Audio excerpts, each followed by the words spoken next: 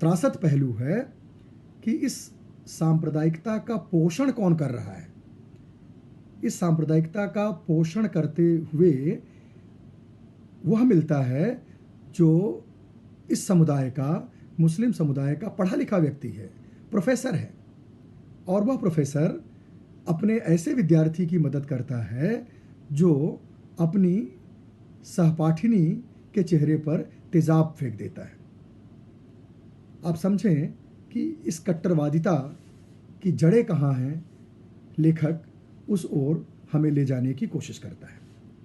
सत्यनारायण पटेल की एक और कहानी का मैं जिक्र करूंगा, न्याय। मुझे ऐसा लगता है कि पुलिस की काम करने की पद्धति को लेकर आजकल बहुत सारे पुलिस के बारे में अच्छी अच्छी बातें भी हम लोग सोशल मीडिया के माध्यम से जान रहे हैं। उसकी कार्यप्रणाली को लेकर और किस तरह से उन पर जब दबाव पड़ता है तो वो एक आम आदमी, एक बहुत ही कमज़ोर लाचार आदमी को वो अपना शिकार बना लेते हैं। वह न्याय कहानी में दर्ज हुआ है। आमिर एक बालक है जिसके माता पिता भगवान राम को मानने वाले लोग हैं। भगवान राम की कहानी में उसकी माता का यकीन है। उसके कुछ रिश्तेदार पाकिस्तान में भी बसे हुए हैं और एक बार वह वहाँ जाता है और वहाँ से जब लौट कर आया है तो पाकिस्तान में अपने एक मित्र जो पाकिस्तानी है, जिसके कुछ रिश्तेदार हिंदुस्तान में रहते हैं, वहाँ उसकी दोस्ती हो गई होती है और वह उससे कहता है कि मैं कभी भारत आऊँगा तो तुमसे बात करूँगा, संवाद करूँगा। और ऐसे ही एक फ़ोन की टैपिंग के माध्यम से यह व्यक्ति पुलिस के हत्थे चढ़ जाता है और इसके बाद उसकी ज़िंदगी जिस तरह से 14 साल तक जेल के सीखचों में तमाम तरह की प्रताड़ना को झेलते हुए बीतती है और उसको न्याय तो मिलता है, लेकिन उस न्याय का अब उसके जीवन में कोई अर्थ नहीं रह गया होता। मोहम्मद आरिफ ने बड़ी खूबसूरत कहानियाँ लिखी हैं, बड़ी दिलकश कहानियाँ लिखी हैं, बड़ी छोटी छोटी कहानियाँ लिखी हैं और बड़ी सहज स्वाभाविक लगने वाली कहानियाँ लिखी हैं। लगे हाथ उसका भी जिक्र करते चलना ज़रूरी होगा। फूलों का बाड़ा संग्रह है जिसमें मैं तार और मौसम का जिक्र करना चाहूँगा। वैसे लू भी बहुत प्रभावित करती है। तार कहानी में एक व्यक्ति है जिसका पारंपरिक पेशा नष्ट हो गया है और अब वो नए पेशे के माध्यम से अपने जीवन को फिर से पटरी पर लाने की कोशिश कर रहा है। वो थोड़ा सनकी भी है और इसी क्रम में उसने एक लॉटरी सेंटर की शुरुआत की है और उसका नाम उसने अल फ़ायदा रखा है। अब इस अल फ़ायदा को अल कायदा, जो आज के 8-10 साल पहले कितना खतरनाक शब्द हुआ करता था, उस अल कायदा से अल फ़ायदा को जोड़ दिया जाता है और उसे पुलिस तमाम तरह से प्रताड़ित करती है, उसके व्यवसाय को बंद करने की कोशिश करती है और उसको ये बार बार याद दिलाया जाता है कि तुम्हारे तार किससे जुड़े हुए हैं।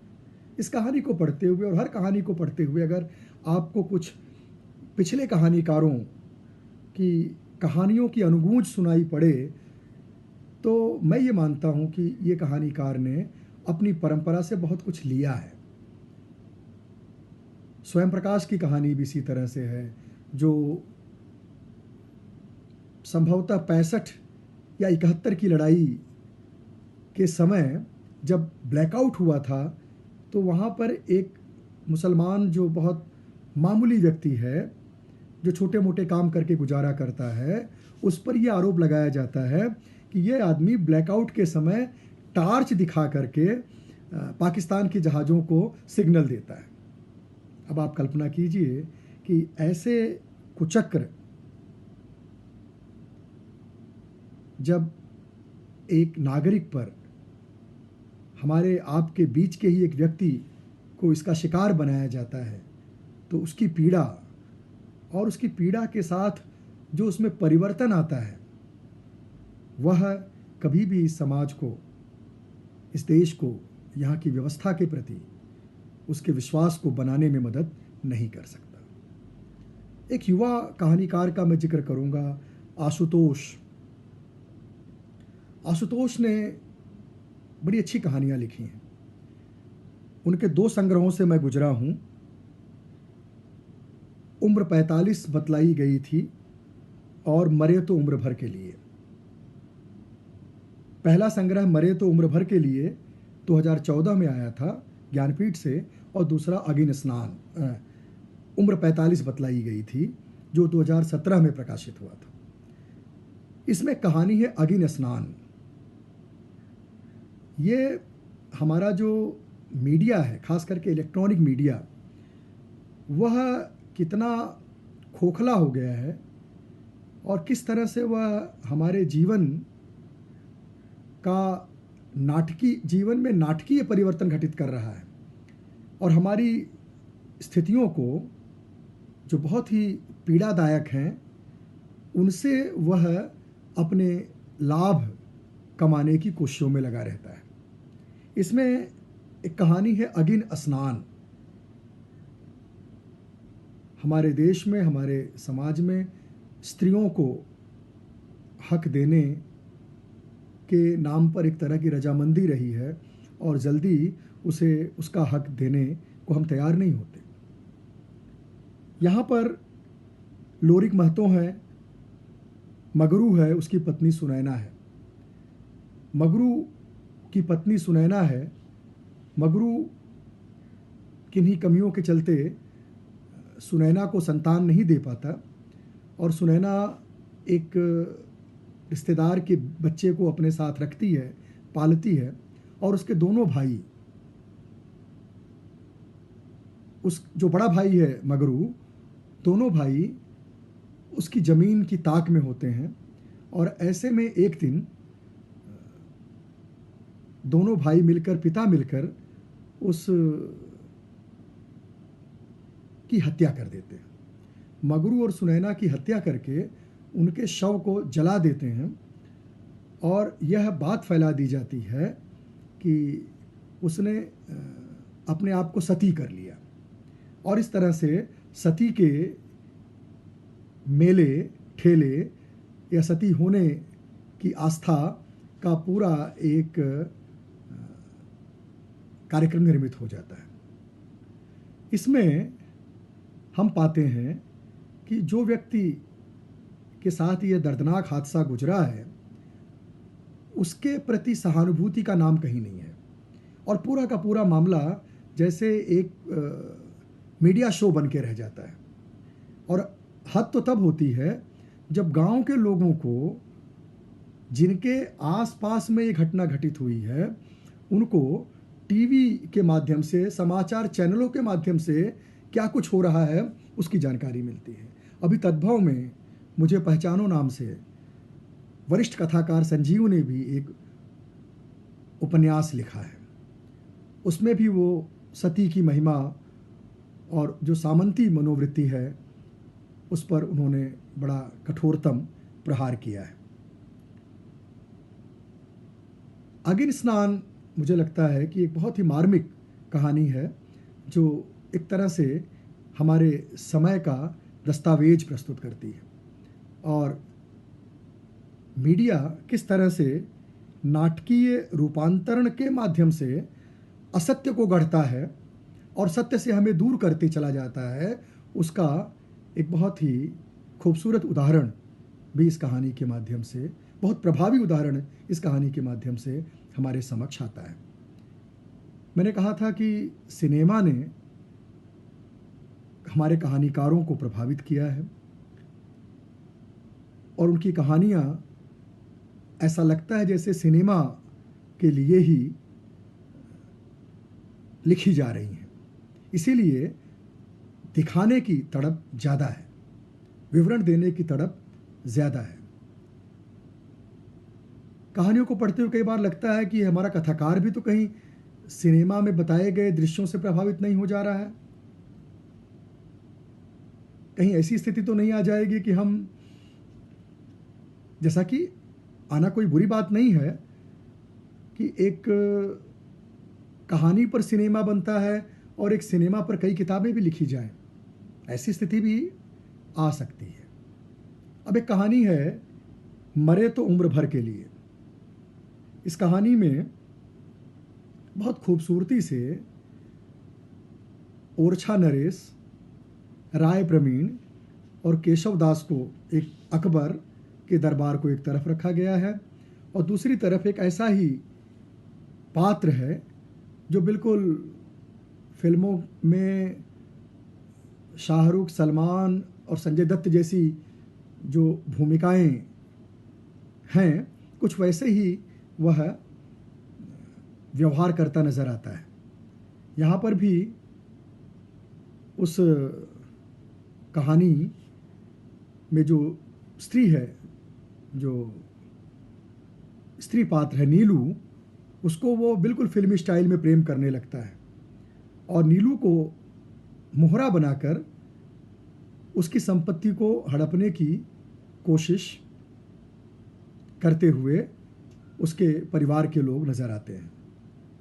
कहानी बांधती है, लेकिन जैसा मैंने कहा कि सिनेमा का हम पर जो प्रभाव पड़ रहा है और ख़ास करके जो कम पढ़े लिखे युवा पीढ़ी पर जो उसका असर हो रहा है, ऐसे खंडित नायकों के चरित्र का जो चित्रण सिनेमा में होता है, वह उसके खतरों की ओर यह कहानी संकेत करती है।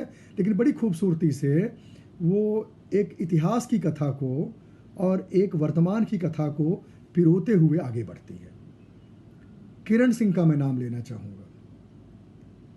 यूँ तो वे काफ़ी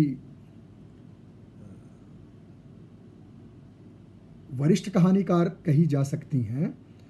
मैं जिस उम्र को मैंने अपने दायरे में लिया है चर्चा के, लेकिन कहानियाँ उन्होंने देर से लिखी। 2009 में हंस के माध्यम से उनकी कहानी प्रकाशित होती है। उनका संग्रह है ईशु की कीलें, और ईशु की कीलें में मैं 2-3 कहानियों का जिक्र केवल नाम लेना चाहूँगा और एक कहानी पे थोड़ी बात करूँगा। एक है द्रौपदी पीक। पर्वतारोहण के रोमांच पर और पर्वतारोहण के रोमांच में एक स्त्री और एक पुरुष की त्रासदी, और एक व्यक्ति जो बाबा बन गया है, यानी किसी साधु संत अखाड़े ने उसे अंगीकार कर लिया है। और वह जो साधु संत है, उन्होंने अपने प्रचार के लिए उसे पर्वतारोहण के लिए भेजा है, लेकिन उसके माध्यम से जो कहानी कही जाती है वह साधु संतों, अखाड़ों, मठाधीशों का जो तंत्र है, खास करके कैसे वह बढ़ता है, उसकी कैसे भूमिका होती है, कैसे उसे राजनीतिक समर्थन मिलता है और वो कैसे राजनीति के हित में इस्तेमाल होते हैं, और उनकी जो संख्या बढ़ती है तो लेखिका बताना चाहती है कि किस तरह से जो नाजायज़ औलादें हैं, जो चोरी के बच्चे हैं, जो मेलों में बिछड़े बच्चे हैं, इन सबके माध्यम से वो अपना कुनबा बड़ा करते हैं। एक तरह से बिल्कुल एक नई दुनिया में कहानी हमें ले जाती है और एक नए रहस्यों से हमें रूबरू कराती है। कथा सावित्री सत्यवान की एक पत्र शैली में लिखी हुई कहानी है।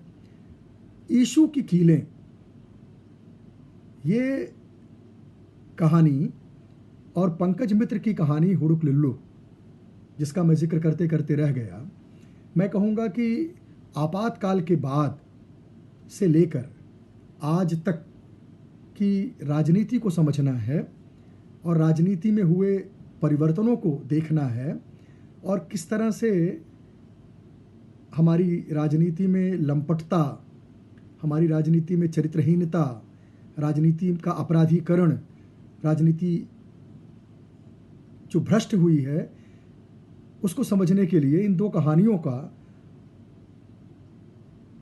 को पढ़ लेना अपने आप में बहुत कुछ बता सकता है। यीशु की कीलें एक स्त्री के द्वारा लिखी हुई राजनीतिक कहानी है। इसमें जितनी राजनीति है, राजनीति के दांव पेच, सांप्रदायिकता, भ्रष्टाचार, अपराध, उसी के साथ एक ऐसी स्त्री की जिंदगी भी है जिसको अनाथालय से उठाकर, और वो भी 8-9 वर्ष की उम्र में, उसके साथ जो अमानवीय शोषण होता है, जो व्यवहार होता है, जिस तरह से उसे बार बार लोगों के सामने अपना हित साधने के लिए परोसा जाता है, और ऐसे में वो जितनी चोट खाती है, और एक खास तरह की जो उसकी प्रताड़ना है, उसके साथ जो लगातार बलात्कार होता है। यीशु की कीलें, कहानीकार का ये बड़ा साहस भी है कि वो ये बताती हैं कि जिस तरह से यीशु के शरीर में सूली पर चढ़ाते समय कीलें ठोकी गई थी, वैसे ही इस स्त्री के अंग विशेष में कीलें ठोकी गई हैं। एक तरह से बहुत ही संवेदनशील कहानी भी है, और किसी धार्मिक मान्यता को इस तरह इस्तेमाल नहीं करना चाहिए। और मैंने एक बात कही थी आपसे शुरू में कि कहानियों में बड़ी अस्वाभाविकता भी हमें देखने को मिलती है। हम पाते हैं कि ये कहानियाँ बड़ी, वो जैसे कि पाठक कोई आँख मूंद के कहानी पढ़ रहा है। सिनेमा में तो ऐसा होता है, चलो ठीक है कि दिमाग लेके हम थिएटर में नहीं जाते, लेकिन कहानी पढ़ते हुए तो व्यक्ति का दिमाग हमेशा सक्रिय रहता है। और किरण सिंह की ये कहानी संझा पढ़ते हुए बार बार मुझे लगता है कि ये गढ़ी हुई कहानी है। अब एक वैद्य जी हैं जो चौगांव के बहुत प्रतिष्ठित व्यक्ति हैं। 4 गांवों में 100 घर हैं, और उन 100 घरों में जब वैद्य की स्त्री को प्रसव हो रहा हो, तो उस वैद्य की स्त्री के साथ गांव की कोई स्त्री भी उपस्थित नहीं है। ये कैसे संभव हो सकता है? और जो संतान पैदा होती है वह 3rd जेंडर है। और इसके बाद जब वैद्य की पत्नी का निधन होता है कुछ वर्षों बाद, तो वहाँ पर भी वैद्य जी अकेले ही बेटी को लेकर और पत्नी की लाश को भी लेकर उसका अंतिम संस्कार कर देते हैं गांव वालों के जागने के पहले। तो ये जो अस्वाभाविकता है, उसको अगर छोड़ दिया जाए, छोड़ना नहीं चाहिए वैसे, तो कहानी एक 3rd जेंडर की ज़िंदगी, उसकी दुश्वारियाँ, समाज के साथ उसका संबंध, समाज का उसके प्रति बर्ताव तो जाहिर ही होता है, साथ ही साथ वह कैसे उस समाज के लिए अपरिहार्य हो जाती है, इसका भी कहानी में उल्लेख मिलता है। मनोज पांडे की कहानी है, नीलाक्षी सिंह की कई कहानियां हैं, चंदन पांडे की कहानियां बहुत चर्चित रही हैं। भूलना कहानी तो विशेष चर्चा में आई थी, और उसके बाद अनेक कहानियां उन्होंने लिखी हैं। एक बात जो और मैंने प्रवृत्ति देखी वो ये कि हमारे कहानीकार, खास करके युवा कहानीकार, भाषा के खिलंदड़ेपन में कई बार वो ये भूल जाते हैं कि वो एक बहुत ही त्रासद, बहुत ही मार्मिक स्थिति का विवरण दे रहे हैं, और उस त्रासद मार्मिक स्थिति को देते हुए, व्यक्त करते हुए आप बहुत ही खिलंदड़ी भाषा का इस्तेमाल करते हैं, तो वह हमें थोड़ा नागवार गुजरता है। लेकिन अनेक कहानीकारों ने ऐसा किया है कि वो उस मार्मिक स्थिति में भी भाषा और शिल्प के कौशल को साधने में लग जाते हैं। एक कहानी जो मैंने देखी, शुभकामना का शव। अब एक स्त्री है जिसका पति एड्स में मर गया है, और उसके साथ जो उसके ससुराल और उसके मायके के लोगों का क्रूर निर्मम व्यवहार है, बर्ताव है, वह तो अपनी जगह है ही, लेकिन अब आप उसका शीर्षक देखिए। उसका लड़की का नाम है कामना और कहानी का शीर्षक है शुभकामना का शव। चंदन ने बड़ी महत्वपूर्ण कहानियां लिखी हैं। जमीन तो अपनी ही थी।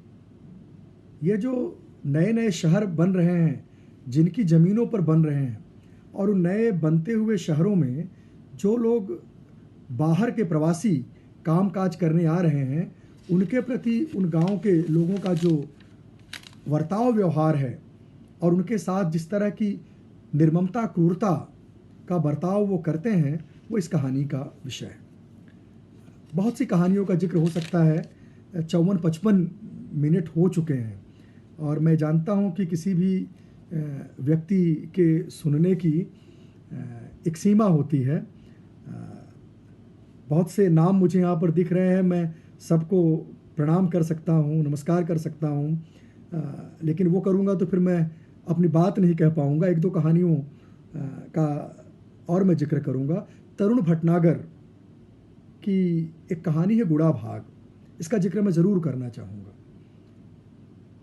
एक ऐसे टोले की, एक ऐसे समुदाय जनजाति की कहानी है जो सांप को पकड़ने, उसका विष निकालने और मदारी का खेला दिखाने का काम करते हैं। हमारे बचपन में हमने खूब सपेरे मदारी देखे थे, लेकिन आज जो 18-20 साल की उम्र के युवा हैं, शायद ही उन्होंने किसी मजमे में कभी मदारी का खेल देखा हो। कहाँ गए ये लोग जो इसी तरह सांप का खेल दिखाकर, सांप नेवले की लड़ाई दिखाकर, छोटे मोटे जादू करके, टोने टोटके दिखाकर कस्बों में, छोटे छोटे शहरों में अपनी आजीविका कमाते थे, आज वे किस दशा को प्राप्त हो रहे हैं? यह कहानी सपेरों की बस्ती, जहां पर अब किसी के पास कोई आय का साधन नहीं है, क्योंकि खेल पर पाबंदी लगा दी गई है। ऐसे में बदहाल है और अपना जीवन चलाने के लिए एक पात्र सर्पदंश से स्वयं आत्महत्या कर लेता है, यानी अपने ही हाथों से सांप से डसवा कर आत्महत्या कर लेता है। क्यों? क्योंकि उसे सरकार ने यह घोषित कर रखा है कि सर्पदंश से मरने वालों को 50,000 रुपये मुआवजा मिलेगा। वैसे आपकी जानकारी के लिए बता दें कि उत्तर प्रदेश में योगी सरकार ने सर्पदंश पर 4 लाख के मुआवजे की घोषणा की है। मुआवजा मिलना चाहिए, बात मुआवजे की नहीं है, बात उनके पुनर्वास की है। ऐसे तमाम पेशे, ऐसे तमाम लोग जो अब अपना पेशा नहीं कमा सकते हैं, उनके लिए हमारे पास विकल्प क्या है, हमारी व्यवस्था के पास विकल्प क्या है? ऐसी अनेक कहानियाँ। तरुण की एक कहानी हेलियोफोबिक है, जो अफ़गानिस्तान के शरणार्थियों पर लिखी गई बहुत मार्मिक कहानी है। विमल चंद्र पांडे बहुत अच्छी प्रेम कहानियाँ लिखी हैं। शिवेंद्र जो लोक रस को अपनी कहानियों में पिरोते हैं। दादी नानी की सुनी हुई कहानियों में बहुत ही खूबसूरत प्रयोग किया है। अल्पना मिश्र जिनकी एक कहानी संग्रह का शीर्षक ही है छावनी में बेघर। आज जब बहुत से छद्म देश प्रेमी राष्ट्रवादी बड़ी बड़ी बातें कर रहे होते हैं, तो छावनी में बेघर पढ़ने की ज़रूरत होती है कि किसी सैनिक का महत्व केवल उसके शहीद होने में है। जब वह शहीद होता है तो हम थोड़ी देर के लिए आंसू बहाते हैं, लेकिन जैसे ही वह रात बीतती है, उसकी शहादत के बारे में, उस शहीद के बारे में विचार करना, उसके जीवन, उसके परिवार की सुध लेना तक हम भूल जाते हैं। और इस कहानी में तो वे लोग जिनके परिवार के लोग देश के लिए युद्ध कर रहे हैं, उन्हीं के परिवारों को उसी छावनी से बेदखल करने की कोशिश हो रही है। जयश्री राय की कहानी, पंकज सुबीर की कहानी, चोपड़े की चुड़ैलें, ऐसी अनेक कहानियां हैं। अब चोपड़े की चुड़ैलें भी बहुत सहज ही विश्वास करने लायक कहानी नहीं लगती है, क्योंकि जिस तरह उसकी शुरुआत होती है, जिस तरह से एक रहस्यमय वातावरण लेखक निर्मित करता है, एक कोठी, उस कोठी में रहने वाली स्त्रियां, और अंततः पता चलता है कि वो स्त्रियां शरीर का व्यवसाय करती हैं, और आगे चल के उनको कुछ ऐसे लोग मिलते हैं जो उनको फ़ोन सेक्स के रैकेट में शामिल कर देते हैं। तो ऐसी अनेक कहानियां हैं जो हमारे आज की चर्चा का विषय रही हैं। इन सब के आधार पर मैं और भी बहुत सी कहानियों का जिक्र कर सकता था, लेकिन मुझे लगता है कि आपके धैर्य की परीक्षा नहीं लेनी चाहिए, इसलिए मैं अपनी बात यहाँ पर रोकूंगा। लेकिन एक कहानी, दो कहानी का और जिक्र कर दूं। शशिभूषण द्विवेदी, उमाशंकर चौधरी, राकेश मिश्र। उमाशंकर चौधरी की कहानी है कट टू दिल्ली। आज हम जब स्वास्थ्य व्यवस्था की बदहाली से दो चार हो रहे हैं, कट टू दिल्ली कहानी में हम पाते हैं कि जो हमारी देशज प्रतिभा है, जो हमारे गांव गिरावों की प्रतिभा है, जो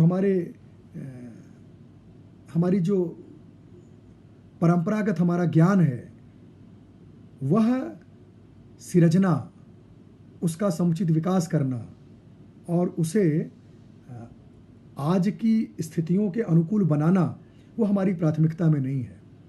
कैसे बच्चा बाबू, मैंने कहा था ना किस तरह से कहानी में रेखा चित्र आ जाता है, कहानी में संस्मरण आ जाते हैं।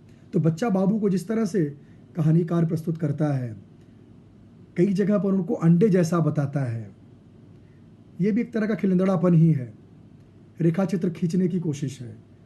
और एक दिन ऐसा आता है कि बच्चा बाबू जो हड्डी रोग का इलाज करने या किसी की हड्डी खिसक गई हो तो उसको बिठाने के बड़े माहिर हैं, उनसे इलाज कराने प्रधानमंत्री आते हैं।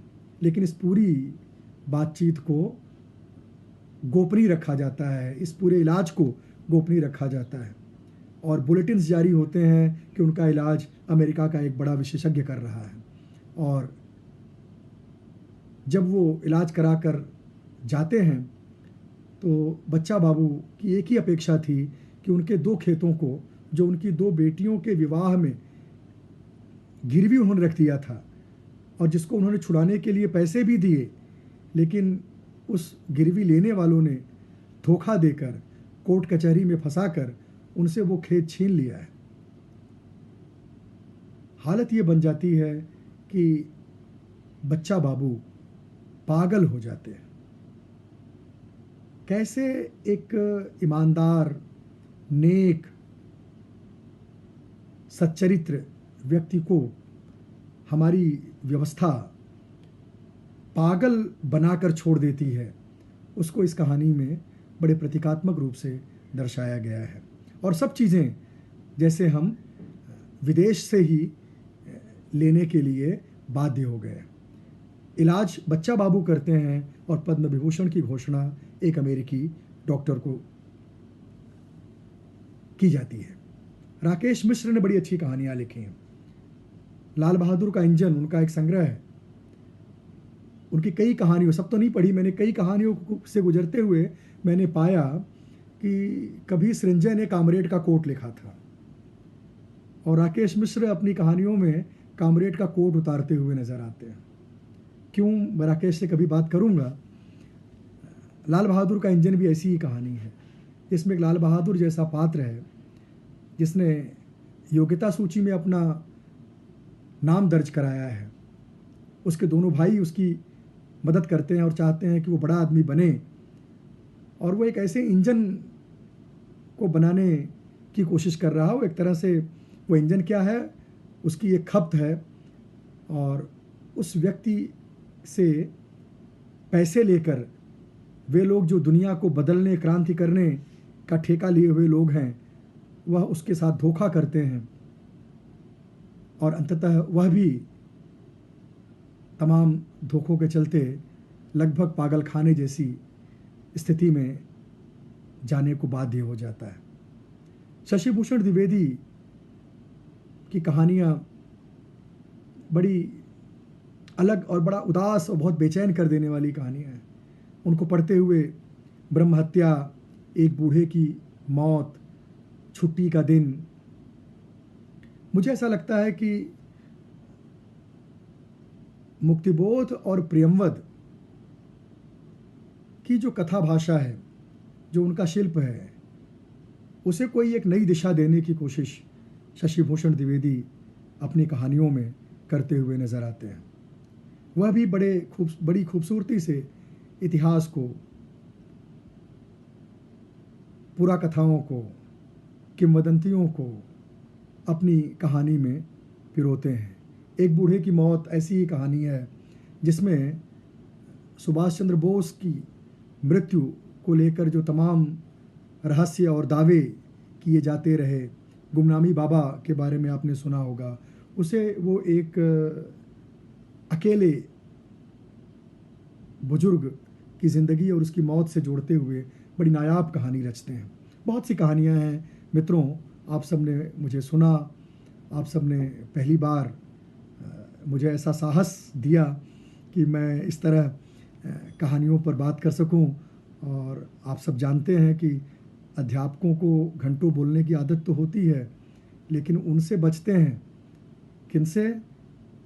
क्योंकि आजकल हर कवि, हर कहानीकार जो अध्यापक नहीं है, वो अध्यापकी आलोचना के परखच्चे उड़ाता रहता है। पता नहीं मैं किसी को नाराज़ कर दिया हूँ तो वो थोड़ी देर बाद फेसबुक पर मेरे बारे में भी लाइव करना शुरू कर दे। लेकिन मुझे लगता है कि जो हमारी युवा पीढ़ी है, इन्होंने कहानी को जो ऊंचाई दी है, कहानी विधा को जो ऊंचाई दी है, मैं समझता हूँ कि विश्व साहित्य में, जिसकी मुझे कोई जानकारी नहीं है, कोई बहुत समझ नहीं है, लेकिन वहाँ जो ट्रेंड और जो कहानियाँ लिखी जा रही हैं और जो प्रतिनिधित्व कर रही हैं, कुछ उसी तरह से ये कहानियाँ हमारे समाज का प्रतिनिधित्व करती नज़र आती हैं। एक चीज़ और कह के बात ख़त्म करूँगा। इन कहानीकारों को एक बात कहना चाहता हूँ कि भाई मेरे, कहानी में सहजता, स्वाभाविकता अच्छी बात है, लेकिन अब यह भी ध्यान रखना चाहिए कि हिंदी कहानी केवल हिंदी क्षेत्र में ही पढ़ी पढ़ाई नहीं जाती। हिंदी क्षेत्र के बाहर भी इसका बड़ा पाठक वर्ग है और खूब अध्यापन पाठ्यक्रमों में भी शामिल है। और ऐसे में जब मैं अहिंदी भाषी क्षेत्रों में जाता हूँ तो उनमें इन कहानीकारों को पढ़ने की ललक तो है, लेकिन कई ऐसे कहानीकार हैं जो इतनी देशज, इतनी क्षेत्रीय बोली, शैली, कहानियाँ, किंवदंतियों को कहानी में प्रस्तुत कर देते हैं कि कोई कोश देखने की नौबत आ जाती है, और ऐसे शब्द तो कोश में भी नहीं मिलते हैं। तो मैं कहना ये चाहूँगा कि हम ये ज़रूर ख्याल रखें इस बात का कि एक बड़ा हिंदी समाज हमारी कहानियों से जुड़ रहा है, तो उसका बहुत ज़्यादा स्थानीयकरण करने की कोशिश से बचना चाहिए। मैं उम्मीद करूँगा कि भविष्य में भी आप लोग मुझे सुनेंगे और आप सबकी सराहना मिली तो मैं इस क्रम को आगे बढ़ाऊँगा। साहित्य परिषद के शोध छात्रों ज्ञानेंद्र, सुनीत, पुष्पेंद्र, अंकित, राहुल, बहुत सारे नाम हैं, मैं अभी सबका नाम लूँगा तो और आपका 5 मिनट अधिक ले लूँगा। सभी को बहुत बहुत धन्यवाद। बाद में मैं देखूँगा कितने लोग जुड़े थे। नमस्कार।